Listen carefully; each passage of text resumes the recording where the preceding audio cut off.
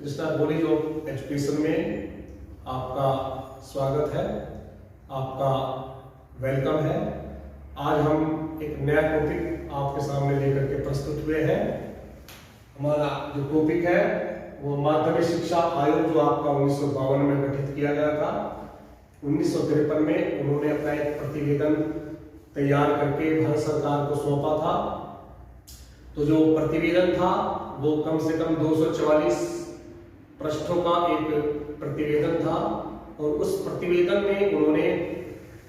पहले तो माध्यमिक शिक्षा के जो दोष थी, कमियां थी, उनको उजागर किया है और उनको उजागर करने के बाद में यानी कि उनकी तत्कालीन स्थिति क्या थी वो बताई है। और उसके बाद में उन्होंने माध्यमिक शिक्षा की समस्या से संबंधित अपने सुझाव प्रस्तुत किए हैं कि उनको कैसे दूर किया जा सकता है, उन समस्याओं को, उन कमियों को। तो वो सुझाव जो है हम पढ़ रहे हैं और उसमें भी एक दो सुझाव को हमने जो है, जैसे माध्यमिक शिक्षा का प्रशासन क्या है, उससे प्रशासन के अंतर्गत जो है आपका प्रशासनिक ढांचा हो गया है, व्यवस्था हो गई आपकी, माध्यमिक जो विद्यालय है उनको मान्यता देने के जो नियम है, माध्यमिक विद्यालयों का जो निरीक्षण है ना, इन सब चीजों के बारे में जो है हमने पिछले पीरियड में पढ़ लिया था। आज हम जो है पढ़ेंगे कि माध्यमिक शिक्षा के संगठन संबंधी उन्होंने अपने कौन से सुझाव दिए हैं और माध्यमिक शिक्षा के कौन कौन से उन्होंने उद्देश्य बताए हैं। तो चलिए सबसे पहले संगठन संबंधी सुझाव उनके पढ़ते हैं। इन्होंने बताया कि माध्यमिक शिक्षा प्राथमिक शिक्षा के बाद शुरू की जानी चाहिए। माध्यमिक शिक्षा जो है वो एक जो आपकी प्राथमिक शिक्षा है, जिसको उन्होंने जूनियर बेसिक का नाम दिया था, कक्षा 1 से कक्षा 5 तक की, तो उसके बाद शुरू की जानी चाहिए। दूसरा इन्होंने दिया है कि यह शिक्षा 11 से 17 आयु वर्ग के बच्चों के लिए हो और उसकी जो अवधि है वो 7 वर्ष की होनी चाहिए, यानी कि 11, 12, 13, 14, 15, 16, 17 है ना, 6वीं, 7वीं, 8वीं, 9वीं, 10वीं, 11वीं, 12वीं। तो कक्षा 6 से लेकर के कक्षा 12 तक की जो अवधि है वो 7 वर्ष की बैठती है और वो माध्यमिक शिक्षा के संबंध के लिए पर्याप्त है। तीसरा ये बताया है कि यह 2 भागों में विभाजित होनी चाहिए। पहली क्या है? पहली तो है त्रिवर्षीय माध्यमिक, जिसको हम सीनियर बेसिक शिक्षा कह सकते हैं, कक्षा 6, 7 और 8 इसमें आएंगे। और 4 वर्षीय उच्च माध्यमिक शिक्षा, जिसको हम 4 वर्षों में बांटा है, यानी कि 4 कक्षाओं में बांटा है आपकी 9, 10, 11, 12, कक्षा 9, 10, 11 और 12 में ये होना चाहिए। नेक्स्ट इन्होंने बताया है कि वर्तमान इंटरमीडिएट कक्षा को समाप्त करके उसकी 11वीं कक्षा को माध्यमिक शिक्षा में और 12वीं कक्षा को डिग्री कोर्स में जोड़ दिया जाए। इस प्रकार माध्यमिक शिक्षा जो है कक्षा 11 तक की और डिग्री कोर्स जो है वो 3 वर्ष का कर दिया जाएगा। जब तक हाई स्कूल और इंटरमीडिएट कॉलेजों को उच्चतर माध्यमिक स्कूलों में परिवर्तित नहीं किया जाता है, तब तक कक्षा 10 उत्तीर्ण छात्रों का 1 वर्ष का पूर्व विश्वविद्यालय कोर्स जो है पूरा करने के बाद उनको डिग्री कॉलेज में या विश्वविद्यालय में प्रवेश दिया जाना चाहिए। ये एक सुझाव इन्होंने इसके लिए दिया है। नेक्स्ट बताया इन्होंने कि विश्वविद्यालयों के जिन पाठ्यक्रमों में जो पाठ्यक्रम है, जैसे आपका कृषि का है, इंजीनियरिंग का है, मेडिकल साइंस का है, इनमें न्यूनतम जो प्रवेश योग्यता है वो इंटरमीडिएट होनी चाहिए और उनमें प्रवेश के लिए उच्चतर माध्यमिक के बाद में 1 वर्ष का पूर्व व्यवहारिक पाठ्यक्रम शुरू किया जाना चाहिए। एकदम से उनको उसमें नहीं दिया जाना चाहिए जो उस लेवल का कोर्स है। उच्चतर माध्यमिक स्तर पर बहुउद्देशीय स्कूलों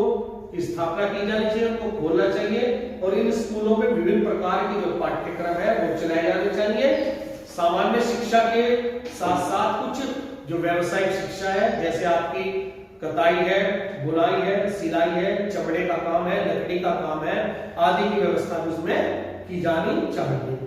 आयोग की सम्मति में इन बहुउद्देशीय स्कूलों से पहला लाभ तो यह होगा कि छात्रों को अपनी रुचि के अनुसार विषयों और कौशलों के चयन की छूट होगी, और दूसरा लाभ यह हो सकता है उनसे कि जो छात्र माध्यमिक शिक्षा प्राप्त करके जीवन के क्षेत्र में यानी कि रोजगार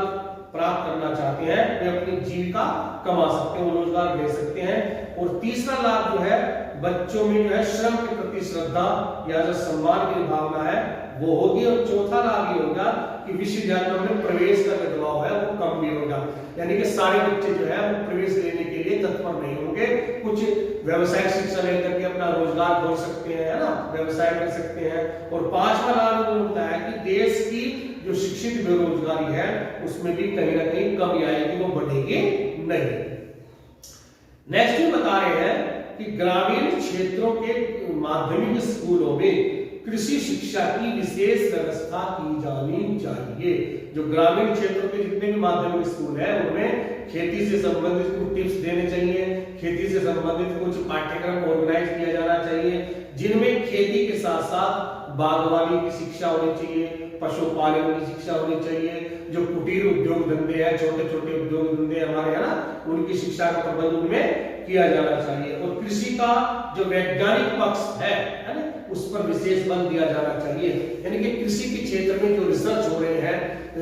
आपके जो यंत्र है आपके उनको हल जो है जैसे जोतने का यंत्र होता है उसका कोई विकल्प है, जैसे ट्रैक्टर आ गया है ना, कि कम समय में है जो ज्यादा जो है आपका वो है जुताई कर रहा है खेतों की जो है विभिन्न प्रकार से, तो जो हमारे बीज आ रहे हैं खेती में फसलों को उगाने के लिए, है ना, तो जो उत्पादकता को हमारी बढ़ाते हैं, तो उसको उनको जानकारी उसकी होनी चाहिए, देनी चाहिए। नेक्स्ट ये बता रहे हैं कि बड़े शहरों में जो है वो पॉलिटेक्निक स्कूल जो है वो खोले जाने चाहिए, जो आसपास के उद्योगों को एक कुशल कर्मकारों की पूर्ति करेंगे। लेकिन जितने भी नगर है, शहर है, उनको पॉलिटेक्निक स्कूल जो है उनकी आवश्यकता डिमांड के अनुसार वहां पर खोल देने चाहिए, और वो बच्चे जो शिक्षा प्राप्त करेंगे, जो आसपास के कारखाने हैं, फैक्ट्रियां हैं, कल कारखाने हैं, उनमें कुशल कर्मकार जो है उनकी पूर्ति वो वहां से होती रहेगी। नेक्स्ट ये बता रहे हैं कि पॉलिटेक्निक कॉलेजों और स्थानीय उद्योगों में निकट का संबंध होना चाहिए, उन्हें एक दूसरे का सहयोग करना चाहिए, यानी कि कुछ उनकी जो व्यवहारिक शिक्षा है बात की वो विभिन्न प्रकार के जो उद्योग धंधे लगे हुए हैं वहां पर बच्चों को इंटर्नशिप के लिए भेजना चाहिए, वहां पर वो एक प्रैक्टिकल करेंगे, है ना, तो इस प्रकार से उनमें निकट का संबंध भी होना जरूरी है।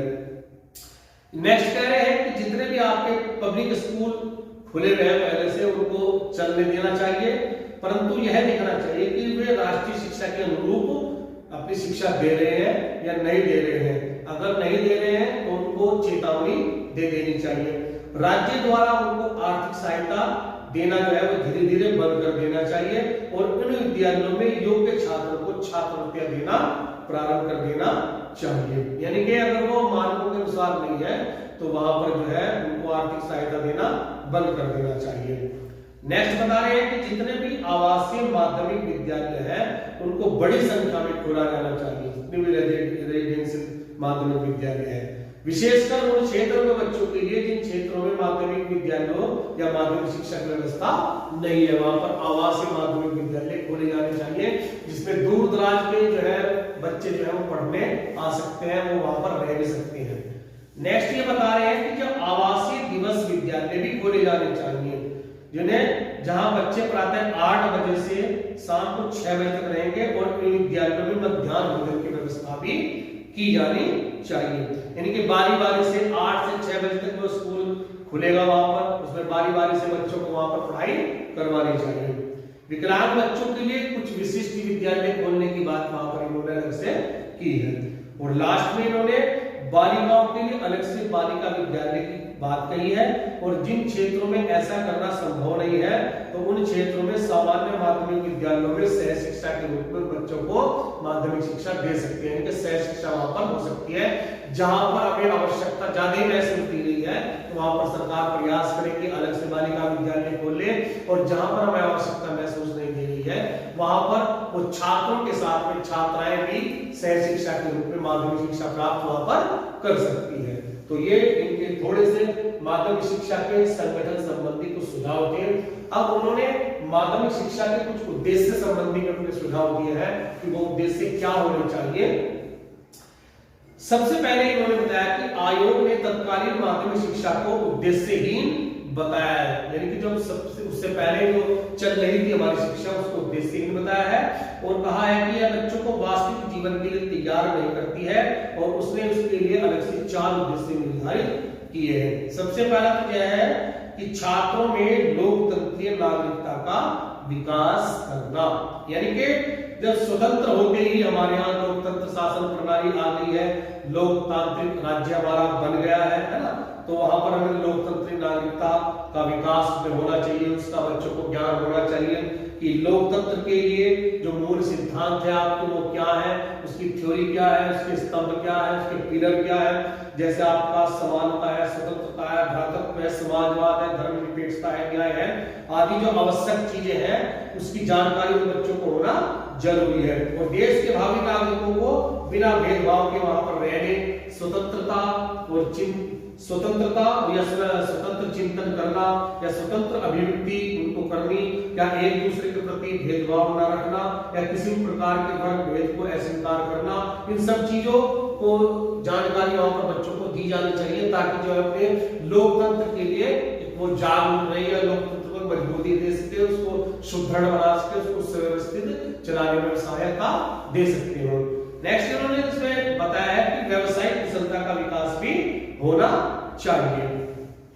बच्चों में अगर व्यवसाय के प्रति शुरू से ही एक श्रम की भावना जो है, मेहनत की जो भावना है, उसका श्रद्धा उसके प्रति हो या उसके प्रति सम्मान की भावना हो, तो अपने व्यवसाय को जो है स्वतंत्र रूप से चुन सकते हैं, आगे चल करके उनको रोजगार करने में कोई दिक्कत नहीं आती है। तो वो कह रहे हैं कि माध्यमिक शिक्षा अपने में एक पूर्ण इकाई होनी चाहिए। यह वह शिक्षा है जिसे प्राप्त करने के बाद में देश के लगभग 70% छात्र जो है वास्तविक जीवन में प्रवेश करते हैं, यानी कि माध्यमिक शिक्षा जो है कम से कम 70% जो छात्र है वो व्यवसाय अपना रोजगार चुनते हैं और 30% बच्चे जो विश्वविद्यालय स्तर की शिक्षा ही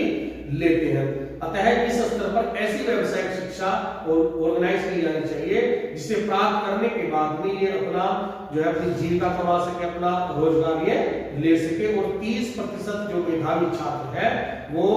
जो है अपने आर्थिक विकास के लिए जो है एक प्रयास करे या जो है अपना जो उच्च शिक्षा है उसमें वो अपना जो है एडमिशन ले, उसमें वो प्रवेश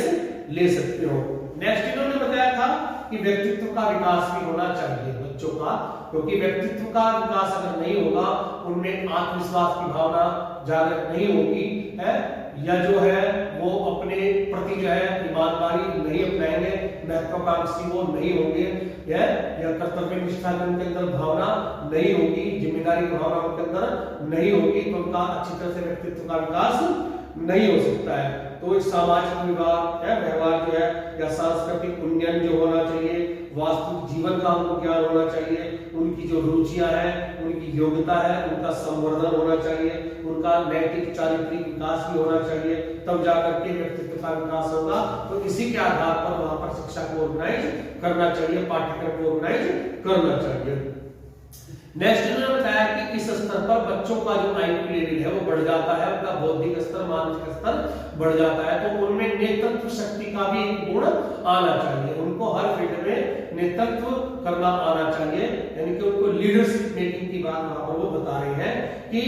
हर फील्ड में जो है जीवन के विभिन्न क्षेत्रों में या हर क्षेत्रों में जो है उनको नेतृत्व करना आना चाहिए। इस प्रकार का प्रशिक्षण जो है एक विद्यालय पाठ्यक्रम में वहां पर रखा जाना चाहिए और छात्र छात्राओं को उसके लिए तैयार करना चाहिए। तो ये इन्होंने कुछ 4 मेन उद्देश्य जो है वो रखे हैं और उन उद्देश्यों को प्राप्त करने के लिए फिर कुछ छोटे छोटे उद्देश्य इसमें समाहित हो जाते हैं जिनको प्राप्त करने की कोशिश करेंगे। तो ये उन्होंने अपने सुझाव इसके लिए दिए हैं। तो